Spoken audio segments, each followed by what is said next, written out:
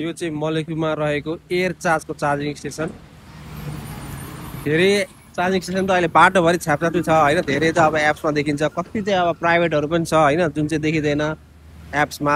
Air चार्जको चाहिँ मलेकुमा रहेछ। मलेकु कुरिन्टारबाट आउँदाखेरि चक्कसँगले मलेकु टर्न गर्ने ठक्क बाटोमा राइट ह्यान्ड साइडमै रहेछ एयर चार्जको। यहाँ चाहिँ 80 किलोवाटको जिबिटी के अरे सिसिएसको चाहिँ दुईवटा छ, 4वटा गन होइन। अनि उतापट्टि तपाईँले देख्न सक्नुहुन्छ होला, त्यहाँ चाहिँ जिबिटीको छ एउटा गन, दुईवटा गन, तीनवटा गन, 5-6वटा गन उतातिर भयो जिबिटीमा चाहिँ। यतापट्टि चाहिँ सिसिएसको रहेछ एयर चार्जको। यदि तपाईँसँग एप्स छ भने नि एप्सबाट डाउनलोड गरेर तपाईँले यहाँनिर चार्ज गर्न सक्नुहुन्छ। किलोवाटको 15 रुपियाँ पर्यो। एयर एप छैन भने पनि उहाँहरूले किलोवाटको दरले नै उहाँहरूकै मास्टर कार्ड युज गर्नुहुन्छ, त्यसरी चार्ज गर्न मिल्छ।